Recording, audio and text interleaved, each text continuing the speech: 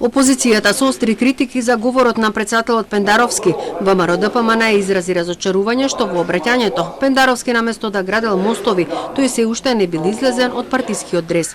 Празни зборови, немање визија ниту отчет за сработеното во 7-месечниот мандат се само дел од забелешките на најголемата опозицијска партија. Очигледно господинот Пендаровски се уште не е излезен од чевлите на Социјалдемократскиот сојуз и денес со својот говор наместо да понуди градба на мостови и она што самиот го зборуваше, помирување, тој само успеа да ги продлабочи поделбите во општеството.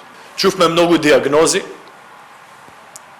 но не слушнавме лек. СДСМ го тврди спротивното. После 10 години од обраќањето на поранишниот претседател Иванов, денеска пратениците биле сведоци на говор на надпартиски претседател. Како парламентарно мнозинство, сакаме да гледаме сојузник во претседателот Пендаровски, во нашата мисија да обезбедиме решенија што бе обезбедуваат подобар живот за сите и водат напред, за правда и едно општество за сите.